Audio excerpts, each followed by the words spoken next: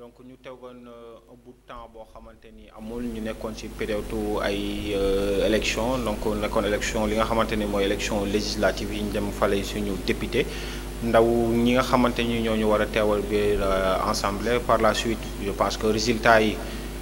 gis nañ ko au niveau de Tivaouane Peulh je vais dire au niveau de la commune donc am nañ résultat yi aussi au niveau départemental au niveau national je pense que ni gis nañ ko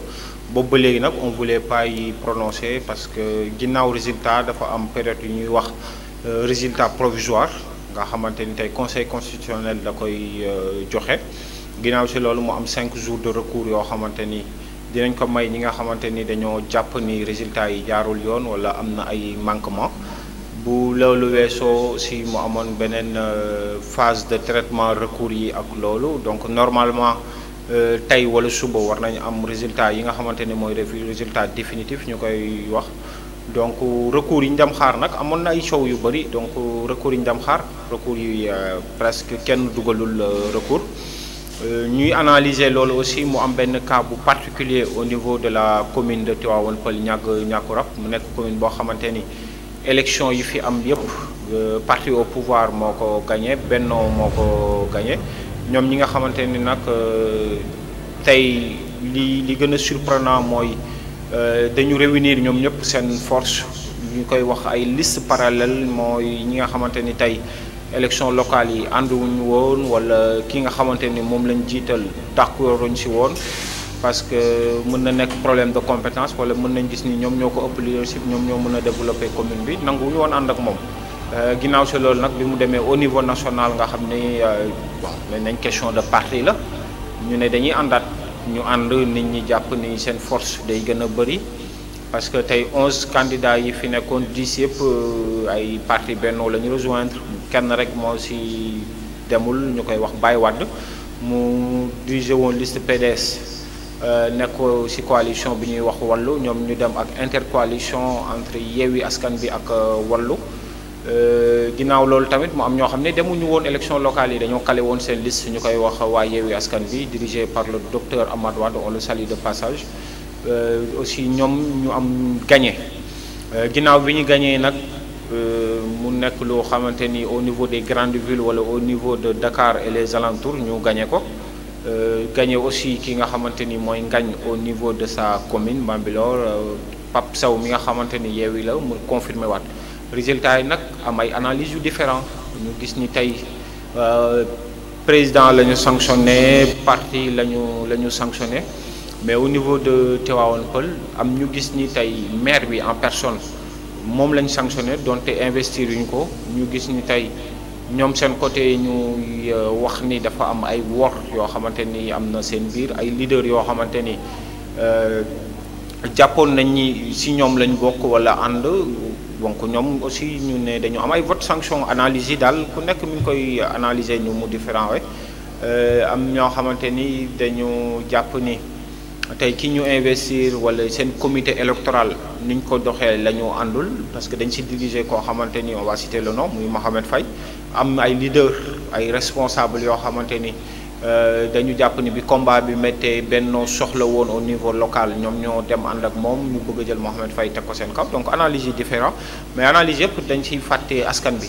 et que la question première à se poser mooy ñi nga xam ni ñoo gagné woon élection yi donc on va dire 5 à 6 mois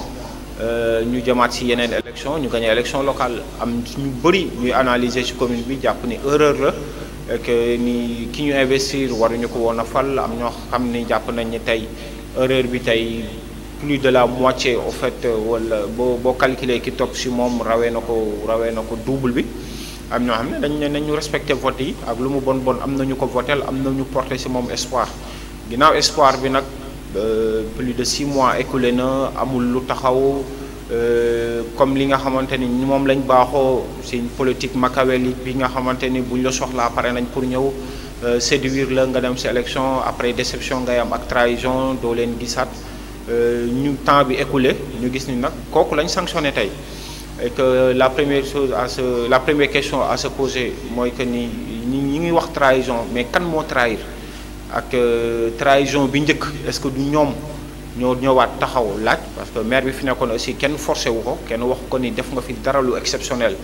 lu tax nga war ñu laajaat ñu yàgg ko dégg mu naan jox ma yeggali moo gën a wóor ginnaaw si loolu ñu jox ko bi ñu ko joxee aussi nit ñu bëri gis ni déception la ñu amul lenn lu taxaw que ñuy fàttali ni jusqu'à présent tey ñu dugg suñu 6e mois moom boo ko waxee parfois mu wàññi mooy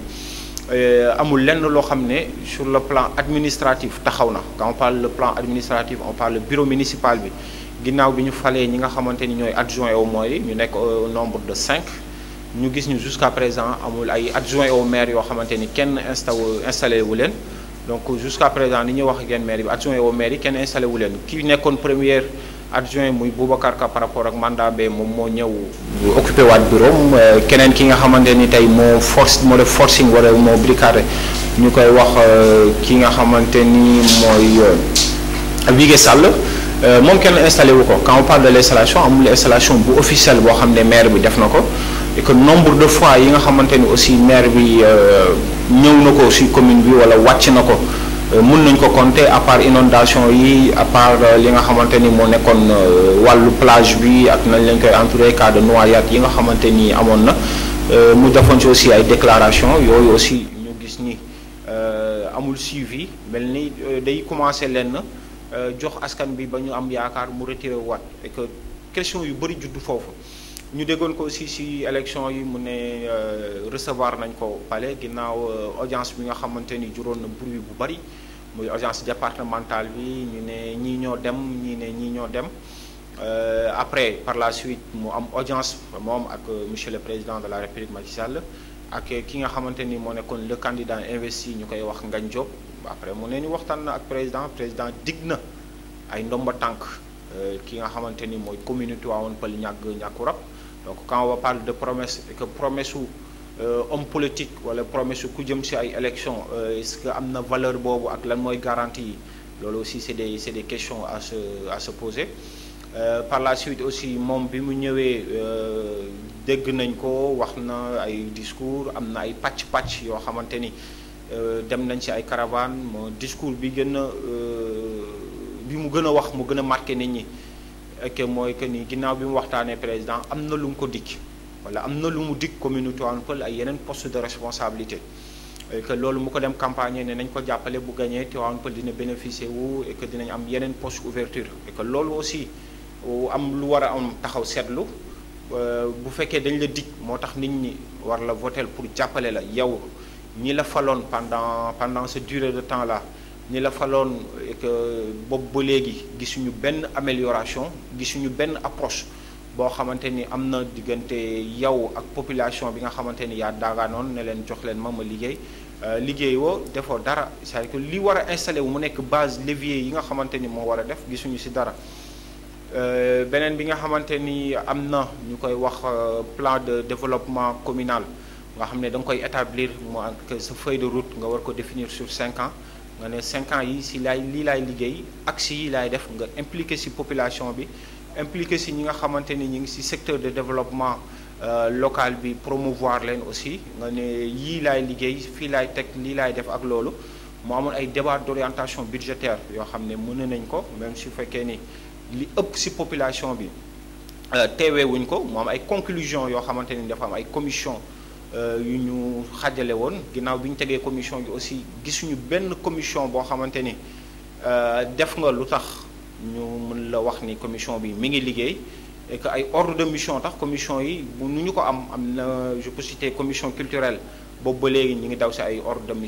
mission yoo xamante ni tey war nañ ko jaarale ci secrétaire municipal bi donc mu am avalu maire bi parce que maire bi mooy même su fekkee secrétaire municipal bi mooy administré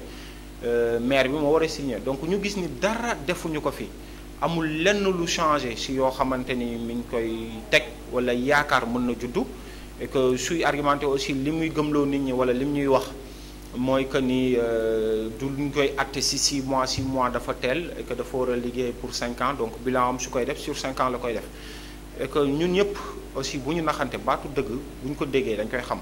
tey mënoo jël chauffeur di dem Tamba chauffeur bi départagul eggagul Kër Massar tax nga gis ni muy dawee baaxul walla conduite bi mu am baaxul walla mu wóor la ni kii assuré wul la walla rassuré wul si ni muy dawee si sa wàllu sécurité nga war ko dénk wala nga war ko confier peut-être si un trajet boo xamante ni lu gudd la nga ne non du ma ko juger damay bàyyi ba mu àgg ma lii ko su boobaa dina gën a metti et que ñu war a xam ni tey par rapport à la gestion de la mairie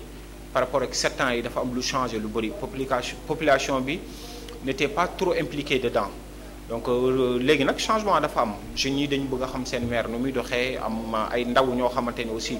dañu engagé nekk ci ay via des groupes nekk ci ay mouvements yoo xamante ni tey doxinu lu maire bi daf leen intéressé seen ëllëg daf leen intéressé ñu bëgg a am conduite et que mu mel ni maire bi wala maire en personne ak bureau municipal am muy maire bi muy ses adjoints muy secrétaire municipal bi nga xamante ni ñoo composé bureau municipal bi dañu manqué ay repères xamuñu fu ñuy aw xamuñu fu ñuy dem mairie bi li nga xamante ni mooy levier de base yi tey amul lenn je pense que 5 à 6 mois adjoints yi tax mënuñu leen a installé nga mën a dem dara def ko promoteurs yi nga xamante ni aussi ñoo fi nekk wala ñi nga xamante ni tey ay bailleurs lañ dañ dem jënd seeni terrain dem di fay ay recettes mënuñu leen a signer donc nit ñi comprendre ñu maire aussi dégg nañ ko mu wax ci benn déclaration que ni dafa war a defaraat dafa am ay documents yu faux yu bëri mais ñun en tant que population ça nous regarde pas su mairie bi amee ay faux moom mooy seul responsable bi nga xamante ni moom lañ jox suñu gestion mairie il n'a qu'à détecter ñi nga xamante ni ñooy malfaiteurs yi wala ñi nga xamante ni ñooy arnaqueurs yi nekk ak moom di liggéey ay documents yu baaxul di encaisser xaalisu nit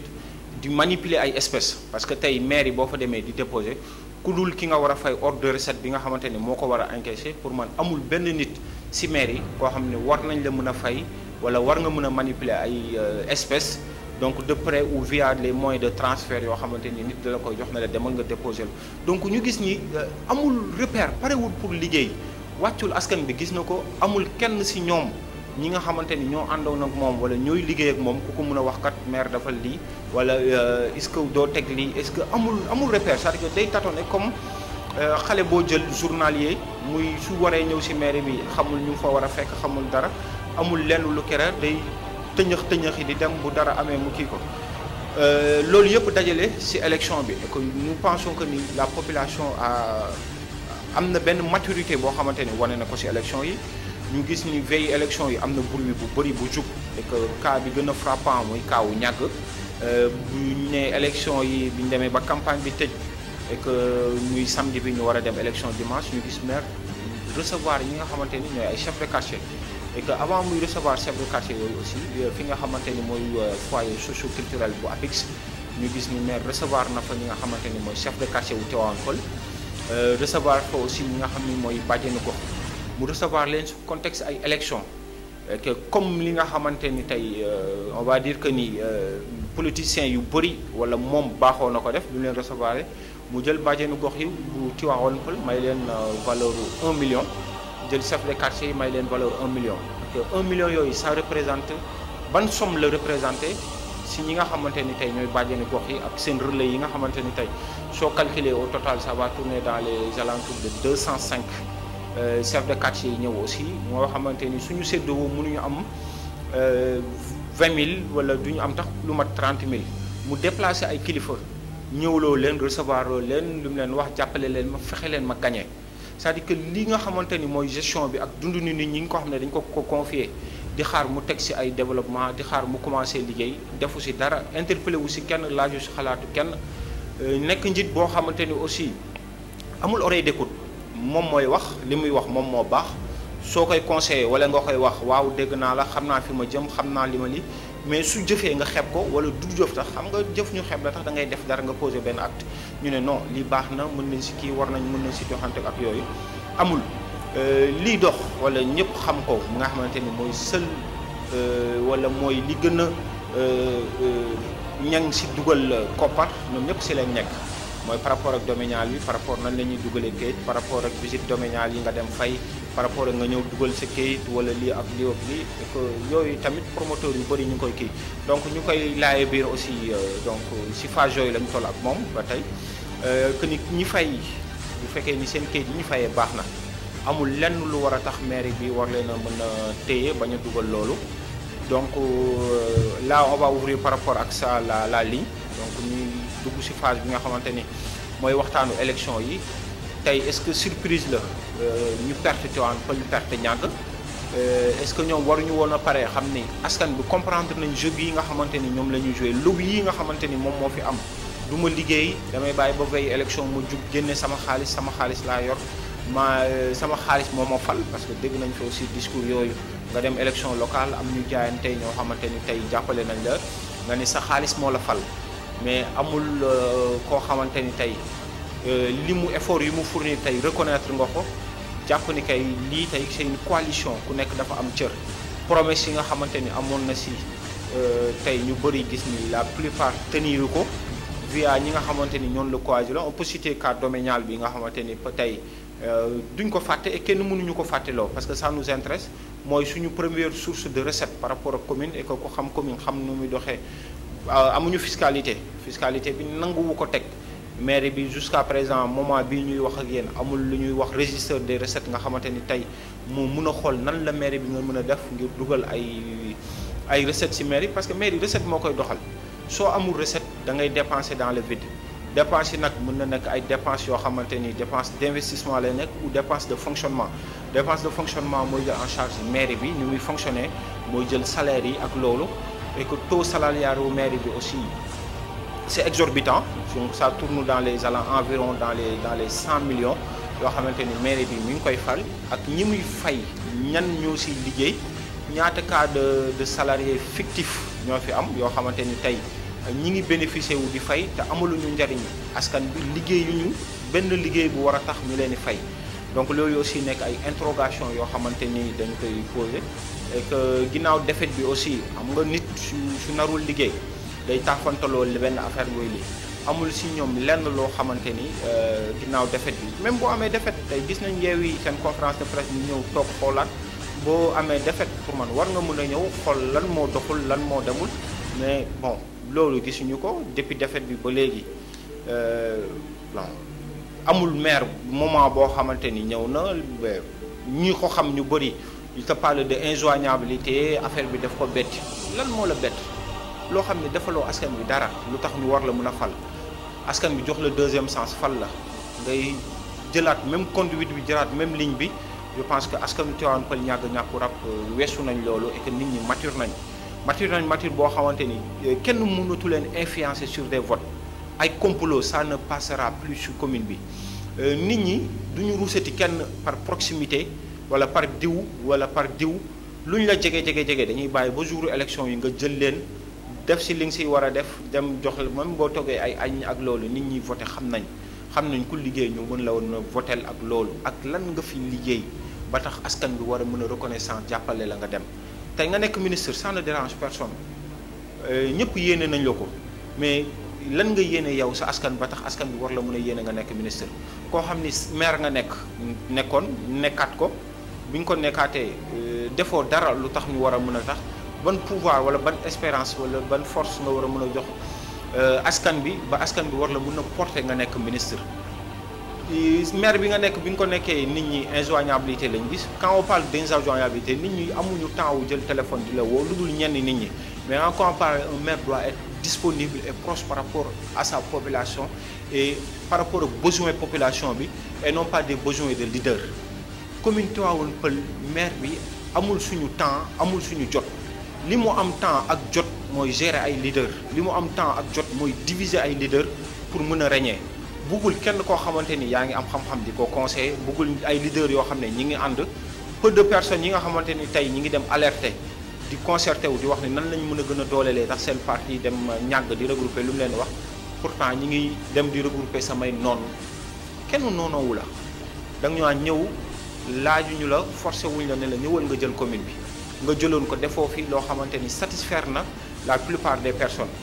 ñu jàpp ni tey nit ku nekk mérité na deuxième sens ñu jàpp que ni nit ku nekk tey mën nga def erreur par rapport ak gestion nga def tax lu gën a garaaw mooy da ngaa tuumal ay nit ñoo xam ne ñi ngi dem liggéey ak yow am ambition génn nga ne ñii ñoo ma baare woon nit ñi non mën nañ comprendre loolu nañ ko jox peut-être tey ku nekk mën nga lajj sa benn nit ak ay erreur am nañ la jox bi ñu la joxaatee même cas bi reproduire et que nga taxaw di justifier sa ñàkk a liggéey par des questions de temps ngay taxaw di justifier sa ñàkk a liggéey di projeter mais amoo benn tey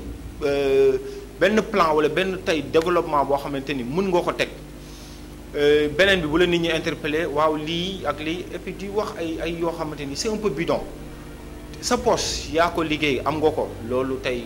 yàlla moo la ko defal mais ñun ñaanuñu la li nekk sa poche dañ la wax ni li nga xamante ni tey mooy mairie bi moom la war a doxee mu nekk tey sa budget nga xool noo ko mën a remplir boo ko remplir nga jëlaat ko delloo ko ci askan bi li war a doxal mairie bi nga jël ko li nga xam ne mooy ay dépenses d'investissement nga investir ko ci commune bi mën a am ay jeexital mais commune bi amul lu changé. On nous parle maintenant au fait récemment aussi benn projet boo xam ne c'est à saluer mais c'est un projet étatique qui n'a rien à voir ak maire qui n'a rien à voir ak moom compétence am ana lan la ci dox tey bu fekkoon keneen moo fi falu aussi projet boobu mënu ko baare lu dul ni tey état peut-être day gis ni lu dul ni état peut-être mën na def bras de fer di jëflante ak di fayonteeg non lii du dem fii lii du dem fii et que projet boobu tey ñu ngi waaj a ñëw Tivaouane Peulh à bientôt mais nekkul ñu luy xaar projet boobu est-ce que maire li nga xamante ni tey moo si war a dem xam na ko on nous parle benn nombre d'emplois boo xamante ni ça va dans les 9000 pardon dans les 9000 personnes yoo xamante ni main-d'œuvre locale la c'est des grands travaux yoo xamante ni tey boo seetaanee développement nécessité tey ay ouvriers est-ce que tey préparé nañu recensé tey ñan ñoo si war a mën a liggéey bu ñëwee ak loolu yëpp ñu gis loolu yëpp amul donc ubbi nañ ligne bi ñi nga xamante ni ñooy bëgg nañ participer aussi numéro serveur bi mi ngi affiché ku bëgg a participer ko loolu am na ginnaaw loolu aussi élection yi am ñoom ñëpp taxaw la ñu def ñi ngi jiiñante ñii ñoo ma wor kii moo àndul woon ci loolu parce que y a une personne qui dérange koo xamante ni liste parallèle la demee woon bi mu ñëwee ñu fal ko li nga xamante ni mooy coordonnateur au niveau de Tivaouane Peulh Niaga am ñoo xam ni tey bi ñu koy fal ils n'ont pas trouvé nécessaire dem ci faluwaay bi muy question yoo xamante ni aussi ñoom ñi ànd ak maire amuñu benn taxawaay bu am fulla c'est-à-dire que li ñuy dem mooy lu maire ñëwul du dem tey mu ñu taxaw ne dañuy fal coordonnateur communal dañuy taxaw seen comité communal bi ñu koy fal au niveau d'APIX le maire était présent ñoom ñëpp ñu ñëw ñu joxante rendez-vous ne lendemain bi dañuy fal comité boo xamante ni mooy entité Tivaouane Peulh et environ maire ñëwul leader yu bari boycotté bi ñu boycotté ki nga xam ne moom lañ ko fay mooy Mohamed Faye il n'a pas demandé ñi fa nekk ñoo ko fal et que bu ñu ko falee ñoom d'accord ñu ci Mohamed Faye nekk coordonnateur entité Tivaouane Peulh et environ donc d'accord ñu Mohamed Faye nekk ko bu ñu ko d'accordul aussi Mohamed Faye allo salaamaaleykum waaw ku baax na nga def ñu ngi lay delloo nuyu di ziar soo mënee aj baat bi tuuti rek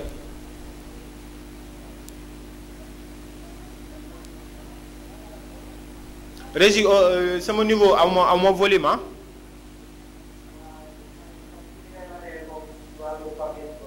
ah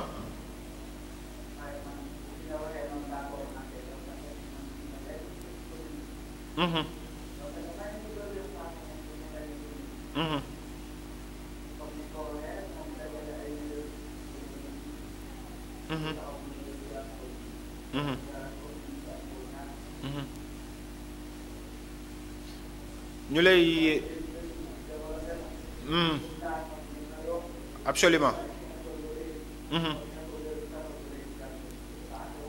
absolument absolument je pense que loolu clair na ñuy rafetlu mbokk mi nga xamante ni dugg na je pense que wax na ni commune bi yokku na et que si yokkute commune boobu ñu dégg si maire bi muy wax loo xamante ni da koy répéter et que mooy tax non commune Tivaouane Peulh moo yor na màggaay bi gën a gaaw mooy wax suñu taux démographique bi ni muy demee mais gouverner c'est prévenir soo amul les outils nécessaires pour mesurer sa commune nan lay màggee lan la ñuy gën a soxla lan laay def ak dara mais du lay parce que problème Tivaouane Peulh c'est les mêmes problèmes problème Tivaouane Peulh mooy problème allo salaamaaleykum allo salaamaaleykum donc problème mu Tivaouane Peulh amul lenn lu si rajouté lu dul même problème yi la ñu am même quartier yi ñoo am problème mu ndox allo salaamaaleykum.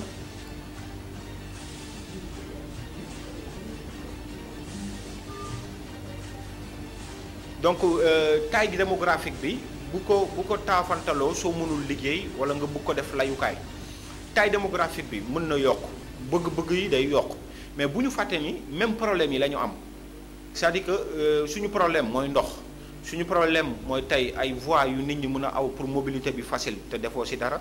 li mu fi defoon mooy xor yi et que nawet bi àtte nañu que ni li mu fi def baaxul la plupart dem na suñu problème mooy problème de courant et que ñuy encourager aussi ay jeunes yoo xamante ni ñi ngi dëkk Tivaouane Peulh récemment gis nañ leen à leur niveau ñu ngi cotiser di def ay lampes solaires loo xamante ni maire bi mënoon na ko def mais lui il passe plus son temps à achat de conscience nan la ñuy jëndee nit nan la ñu mën a tey fekk nit jël xaalis passeree ko def ko ci ay groupe ci ay quelques personnes ñoo xam ne c'est des minorités tey Tivaouane Peulh ñàgg population bi moo ëpp bàjjenu gox yi population yi moo ëpp les soi-disant leaders yoo xamante ni amuñu vision seen lépp fii la yem amuñu xalaat mënuñu def dara fu ñuy toog la ñuy toog ràbb la ñu ràbb yaakaar yi ñoo gën a mature allo salaamaaleykum yaay booy na nga def tur bi ñu ngi sant bu baax a baax mën nañ xam tur bi waaw dafa mel ni kooku daw na et que maturité population bi du toog say base wala choisir quelques leaders def ay lobby population bi amatuñu leader amatuñu kuñ leen ni koo xamante ni dañ lay rus nga ñuy jëmale ci tooxi doona nga ñuy jëmale ci koo xamante ni tey amul projet amul vision nga ñuy jëmale ci koo xam ni tey li mu waxoon démb jëfu ci dara loolu duñ ko rusee kenn luñ la rus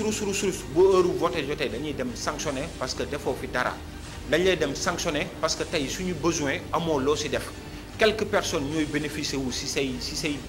quelques miettes yi nga xamante ni jàpp nga ni war nga ko mën a jëndee population bi et que tey boo xoolee moitié de la population de Tivaouane Peulh ñàgg am na ñu fi nekk ñoo xam ne musuñu lekk sa xaalis d'une manière directe peut-être d'une manière indirecte ak loolu mais ñoo xamante ni tey dox na leen li nga yor yaa ko moom téye ko jox ko li la neex mais ñun li ñu moom ngir yàlla def ci ay investissement au niveau de la commune nit yi Tivaouane Peulh dañoo sonn nit ñi bu ñu sonnee ci lii jeunes yi li ñu commencé def la ñuy dem ak ci yow des formes de cohabitation bi ñu dem ak yow mooy lan taxaw di la seetaan li nga bëgg a nekk ci ay tappale ay discours ay gérer yoo xamante ni yéen seen lobby yéen a koy gérer yéen a ciy lekk yéen a dem maire ba yéen a def ay lobby déposer ay kayit yoo xamante ni tey la plupart baaxul faux et usage de faux dafa bari ci mairie bi et que amul beneen document boo xam ne ñi koy fabriquer vous les connaissez allo salaamaaleykum waaw maa ngi lay ziar ku baax sant bu baax mën nañ xam tur bi ak fooy woote ñu ngi lay ziar bu baax a baax waa quartier Baol macha allah amin amin yaa rabbi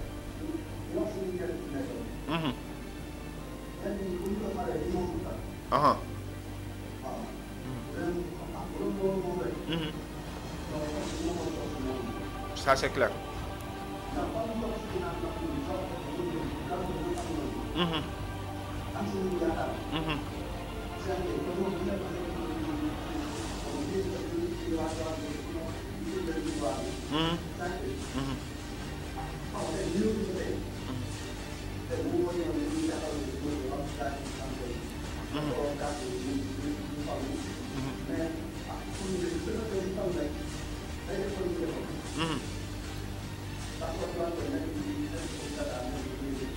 mais am na lépp loo xamante ni mën na ko def.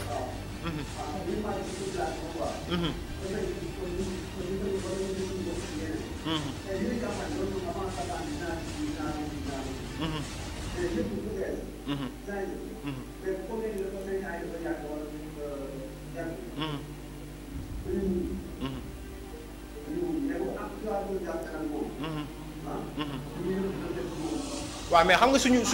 suñu leader yi tamit dañ ci am benn part de responsabilité parce que dañuy mel ni ñoom ñooy jàppale moom ci trahison bi ak ci tas yaakaar bi mu nekkee ak commune bi ak population bi dañ ko ci jàppale au fait pour seen intérêt personnel. Mhm. Mhm. Mhm. Mhm. Mhm. Mhm. Non, c'est trop. Mhm. Mhm. waaw mais moom dafa mel ne di daa mel ne day diviser tax suñu responsable yi ah. Mhm. Mhm. Mhm.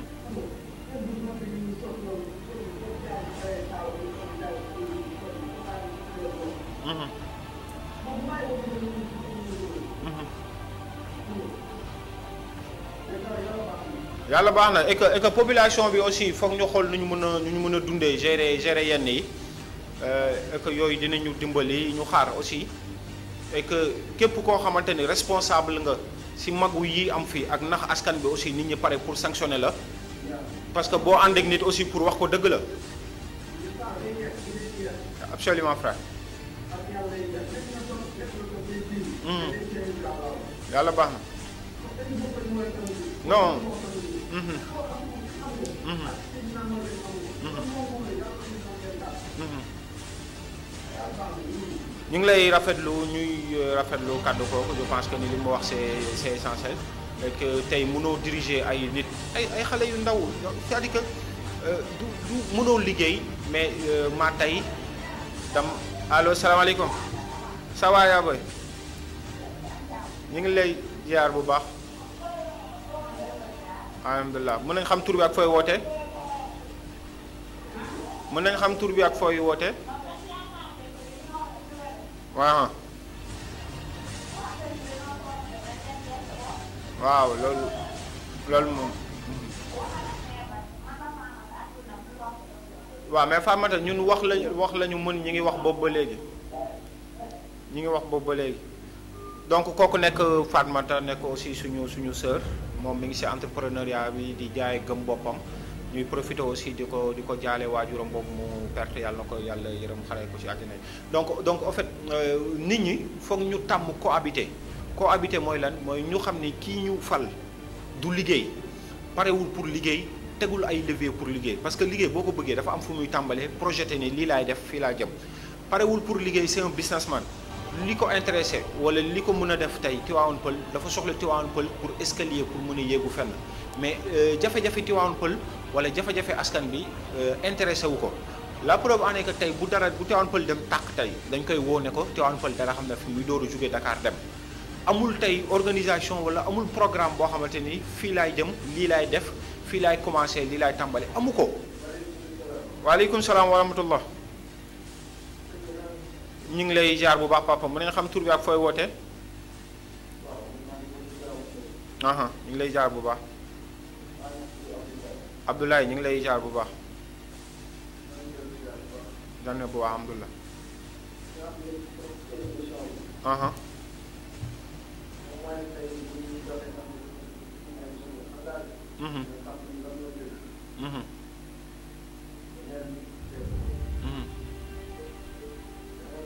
ñu ngi lay dégg bu baax Abdullah.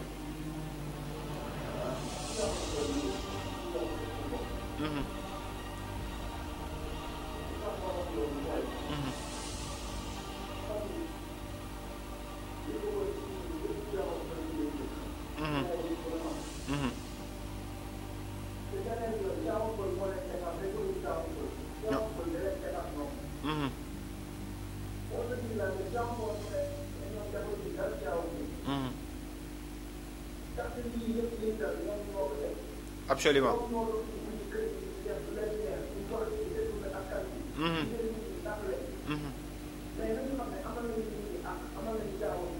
Absolument.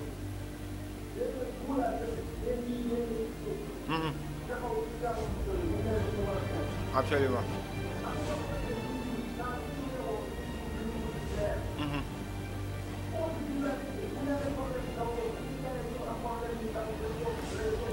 Surtout loolu.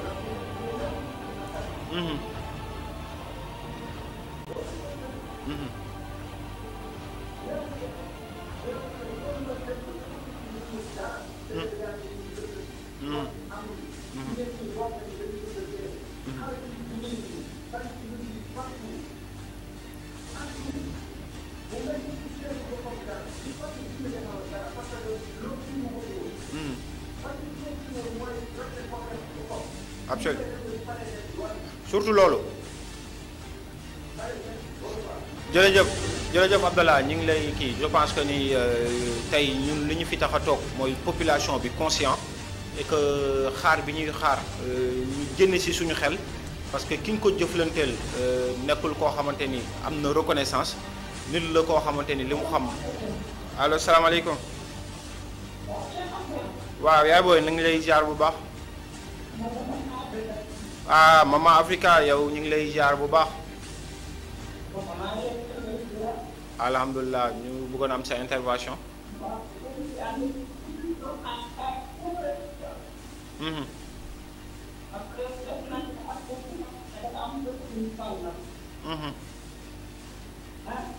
waaw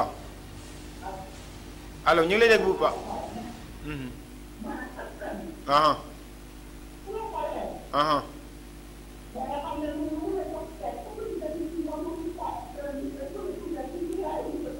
Absolument.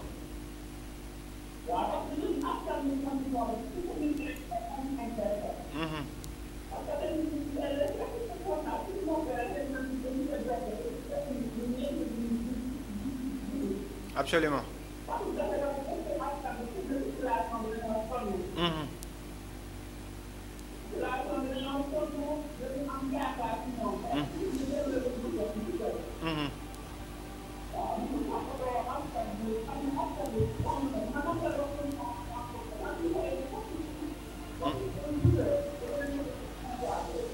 Absolument.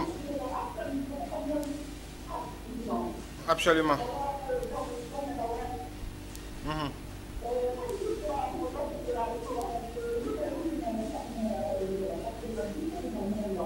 Absolument.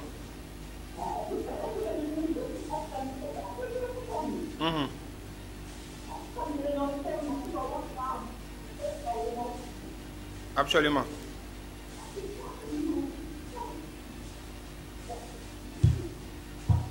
Déjà ñi ngi koy gërëm mu nekk Maman Africa nekk benn dame bu engagé donc ce qu'il faut faire et que ñun ñëpp ñu comprendre si pare pour dem si mooy tey boo falee nit ba pare te amatoo mainmise mën na jëf lu ko neex jàpp ni xaalisam moo koy fal et que loolu wan nañ ko ni sa xaalis mënatu la yeggale fenn fi élection yi wan nañ ko génne nañ xaalis caravane nañ def nañ nag teeblu askan bi dañ leen a sanctionné am na si leader yoo xam ne il n'était même pas à l'aise di déplacer wu di dem. bu élection législative yi ñëwee lan la ñu am problème bu ñu demee lan la ñuy wax nit ñi dañoo tëb bi ñuy wax ak nit ñi tax li ñu leen wax ni Macky Sall moo soxla donc sa jëmm ji kenn mënatu ko campagne kenn mënatu see wax nit defar ñu ngir jëmmi maire wala dara nit ñi gëmatuñ la parce que wane nga ko wane nga sa échec tey du ñu xaar ay boo naree liggéey am na levier yoo war a teg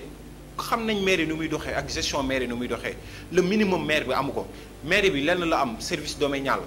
commission domaniale tax amu fa service domanial moo fa am nga jël commission ba jël seen ñetti nit teg leen fa jël yëpp chargé ko sa secrétaire municipal boo xamante ni tey textuellement par rapport ak article yu ñu wax il ne devait même pas être là du place am amul place bi ay texte ñoo ko wax ñoo wax nan la ñu war a falee secrétaire municipal nan la koy nekkee kooku amul place bi nga jël ko chargé ko tëdd sa kër di voyager di def say affaire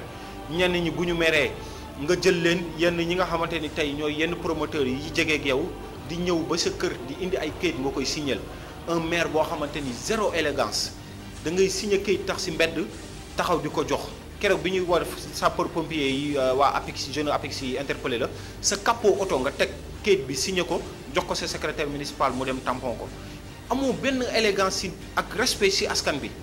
lépp nga gëm mooy tout peut s'acheter par rapport ak sa xaalis élection yi génne nga waññal la ko te dinañ la ko gën a wan jeunes yi nga gis nii pare nañ pour affronter la engagé wu ak yow loo liggéeyul defoo ko ñoom ñu pare xool na lañ mën a defaree seen quartier dem ko pouvoir de la rue mën na fi am bu nga jàppee ni Tivaouane Peulh du ñu wax dara nit ñi du ñu wax dara gis nga lii di màgg ni manque la boo xamante ni bu demee ba toj di nga gën a nekk mal à l'aise ñi àndoon nag yow démb ak bërki démb dem dugg si kër yi di wax ni buñ la joxee di nga liggéey xam nga yoon bi ak loolu gàcceel nga leen amoo benn plan boo xamante ni amoo benn programme boo mën a développer Tivaouane Peulh amoo dara da ngay toog di xaar yaa ngi sa kër ñetti nit ñeenti nit ñëw mer nga neexal leen yenn promoteur yu la neex tey ñëw sa kër nga signé leen ñi si nekk sa xarit kayit yi nit ñi fal seen ordre de recette et que lu gën a garaaw si mairie bi da ngay fay sa xaalis toog di xaar du ñu signé am na ñoo xam ne tax dañuy fay 2 fois ngeen def mairie bi seen lekkukaay ngeen def mairie bi loo xamante ni kii et que loolu dafay jeex nit ñi plus que ñuy dem dinañ mature nit ñi dinañ leen wax fi ñu war a jaar pour def ko nga liggéey askan bi c'est une honte yaa ngi gàcceel Tivaouane Peulh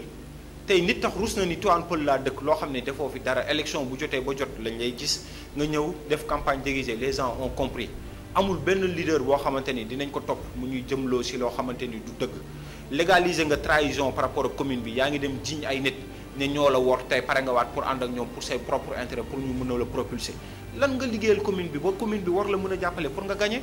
la question tey surprise bi moo nekkoon nga gagner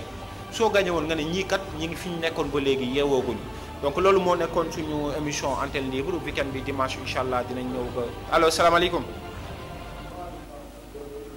ku baax ñu ngi lay ziar tur bi ak fooy woote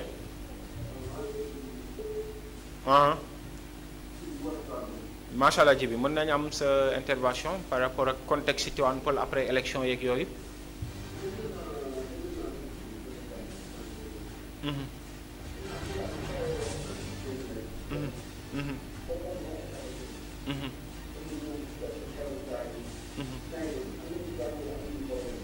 ak complice ou responsable yi ah.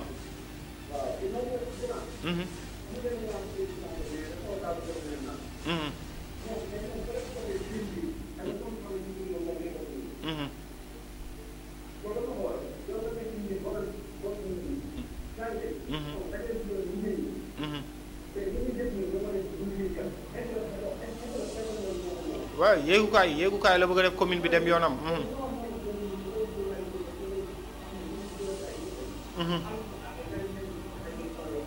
Absolument.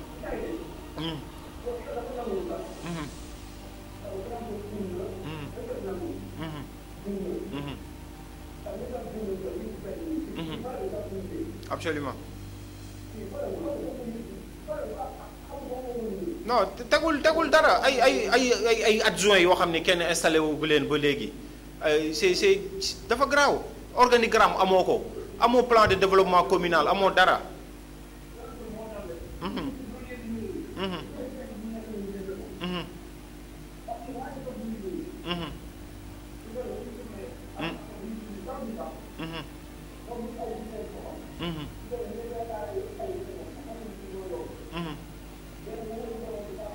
am na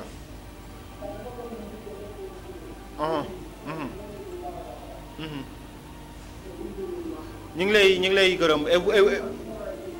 amul benn souci ñu ngi lay gërëm frère et que allo salaamaaleykum et que pour rappel pour wane ni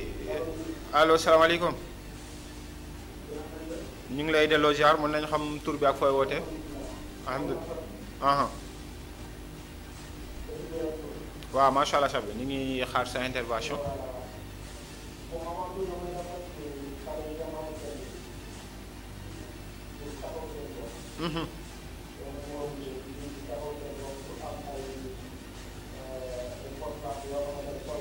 Absolument.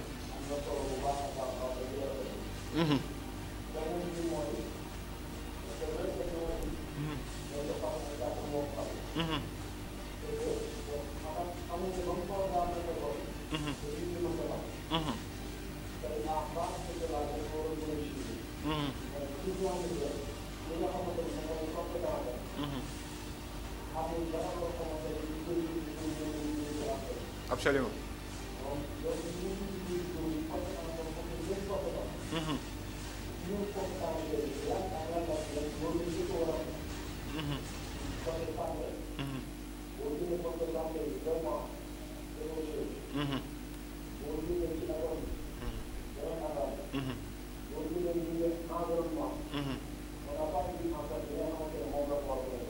Et l'urbanisme aussi.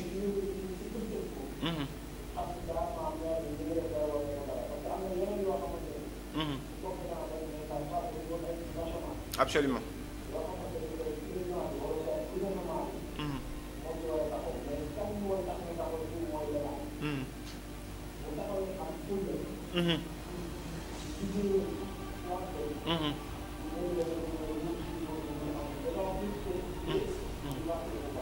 absolument.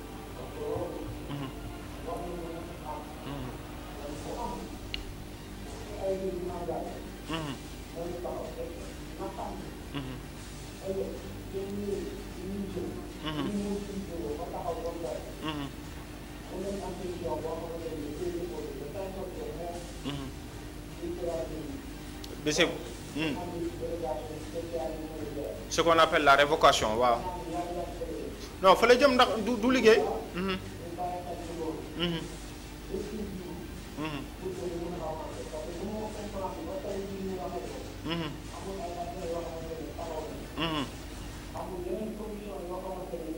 amul benn commission bu dox.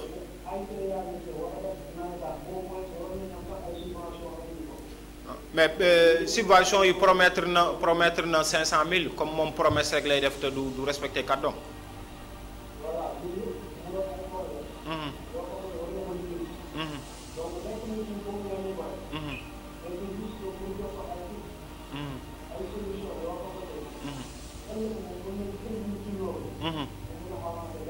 Absolument.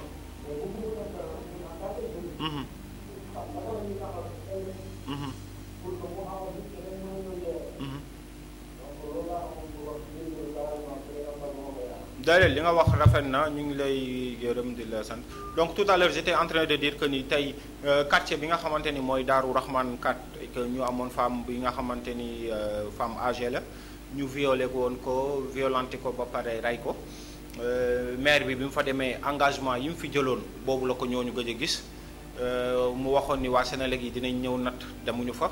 wàllum aide bi mu waxoon li loolu même c'est-à-dire que au-delà de nit ñuy dund suñu mémoire mort yi tax amu si loo xamante ni dina ko si seet wala benn tristesse boo xam ne dina lii am na fi kat naa fi dugal lampe solaire wala naa fi def dara lampe solaire yeeg ndaw yi def même bu fekkee Sénélec mënagul ñëw mu ne naa jël benn solution provisoire mu proposé leen ko mu mun a leeral deful loolu chef de quartier dem récemment bi nga xamante ni tata bi am na inondation yi il a donné des gants ak ay li nga xamante ni tey mooy ay bottes en PVC que ñu koy gërëm di ko remercier donc jeunes yi fi nekk mën nañ formé wu parce que kii ñu nekk ak nii lii am si 5 ans yi mooy gën a pur fuuf li amoon si 7 ans yi gérer nit ñi la xam bu nit ñi waxee ku ko wax dëgg ay nitam benn baat lañu am mooy da ngay chantage maire c'est pour ses propres intérêts dem na si ñoom tax ba jaxase leen jaxase boo xamante ni kenn bu démarqué woo pour signaler dara mu ut keneen koo xamante ni dina ko dóor sa kaw ne ko diw daf may chantage diw daf may lii diw daf may la c'est-à-dire que lépp lu ñuy xeetu tappale ak wuruj pour bañ a liggéey pour bañ a taxawal sa askan pour sa intérêt personnel ñu ne diw mooy maire nga koy privilège yooyu nga xam ne tey yaa ngi koy am pour am foo mën a liggéey yéegee wala lenn loolu la soxlaa commune Tivaouane Peulh ñàkku rab mais amul benn vision amul tey benn xalaat boo xam ne tey mën na ko taxawoo commune bi leader yi fi nekkoon politiquement parlant yépp àndoon ak moom gàcce la ñuy doxee ñii ray na leen politiquement parlant ñi nga xam ne ànduñu ak moom yu tal ne ay Mohamed Faye Sissoko mi ngi leen ñu jëm a convoité tey jiital leen pour décrédibiliser leen devant askan bi ak loolu mu nekkoon suñu émission antenne libre lépp lu ñu fi wax luy ay gàkk-gàkk wala yoo xamante ni nit moo matul c'est juste par rapport ak suñu engagement parce que neutralité moom mënul am si yii ñu nekk nii parce que commune bi fi lañ nekk fi la ñu juddoo yëpp loolu moo waral loolu ñu leen di gërëm seen émission antenne libre di vous donne rendez-vous incha allah dimanche si beneen émission.